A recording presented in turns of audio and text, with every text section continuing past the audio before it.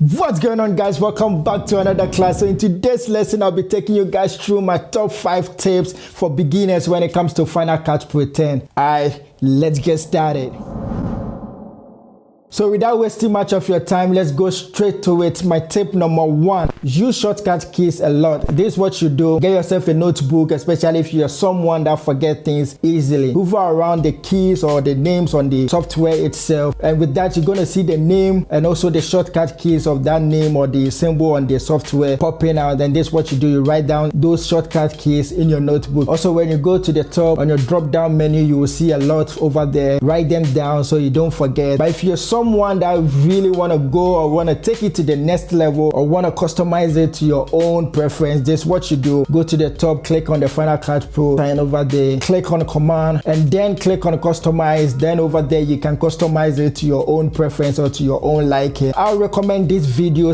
Angelo, he's really good. He did a good and a great explanation on this topic. I will leave the link of that video in the description box below. You can check it out later. And with this shortcut keys, trust me, you're going to save yourself much time. Tip number 2, favorite most of your clips when you come back from the shoot. This is what you do. Scroll through the best part that you like, click I for the starting point and then O for the ending point. Then later on press F and you're going to see some green bar at the top. With that, it's going to show you that you favorite that part of the video. You should do this in the beginning stage. Don't go straight to it editing. When you're able to select and go through all the videos to select the best part that you want to use in the editing or in the final stage of the editing, then later on you can go to the top, select your favorite, and it's going to bring out all your favorites or the best part that you've selected. So with this, you just drag and drop the best part that you want to use in the final video. Then later on, if you really want to go back to all the video clips, you can still go there and select all, and it's going to bring all the videos back again that you can use in your editing. With this, when you're able to create a favorite list from all the videos or the clips that you have, it's going to save you much time. You already know you have the best part that you've gone through or done the work already. So with that, you just drag and drop, edit some few stuff on it, and you're good to go, and it's going to save you much time. Tip number 3, create a compound clip of your A-roll video. I hope by now you know what it means by A-roll and B-roll videos. If you don't, you can leave a comment down in the comment section and I'll make a video on that topic. So with this, before you start editing your A-roll video, make a compound clip of it, and later on you can drag it down and do all the necessary cuts, cutting out all the unwanted part that you don't like in the final video. And later on, if you want to drop your color correction and color grading to the A-roll video, you can go to your compound clip that you've created already,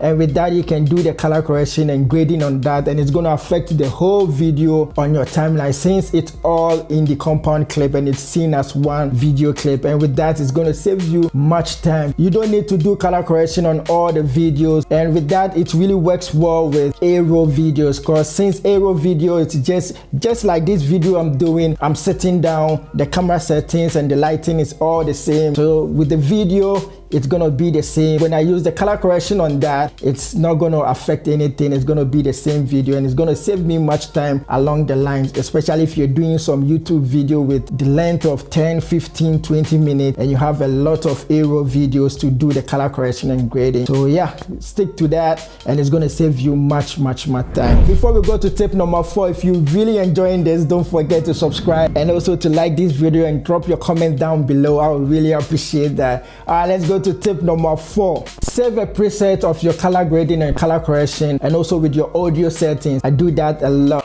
What you do is click on the video, you scroll down, you go to save effect preset.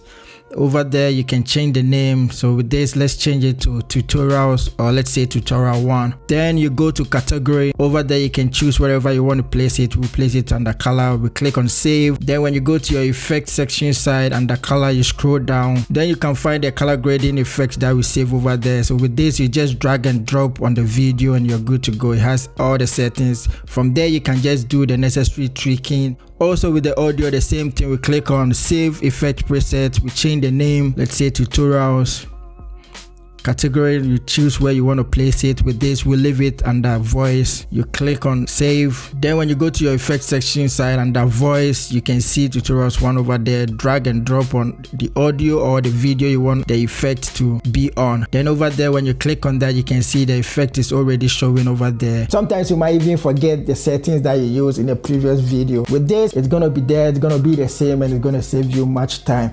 Use the range tool a lot, especially if you want to export just a small part of the video clip to your client or to your Instagram feed. This is what you do. Press R and the range tool is going to come out. Select the small part that you want to export, and with that you can go straight to your export settings and export that small part. And with that, you don't need to create a new project to just export that small part, and it's going to save you much time if you want that small part on your IG feed or to your clients, just for them to see the part that you're editing. Also, you can use the range tool on the audio itself. Let's say if I have a music at the background and I want the music of that part to really go down, so my talking, just like this video I'm doing with the YouTube video, to be louder or higher than the music at the background, this is what you do. Use the range tool, press R to bring it out, select just the part that you want it to come down, and later on you can bring the bar down and you're good to go without setting the keyframe on the audio itself, and it's going to save you much time, especially if you have a lot of that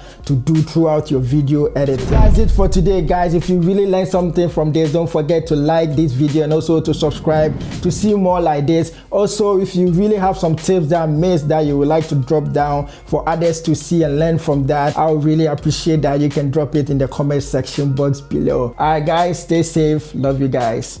Peace.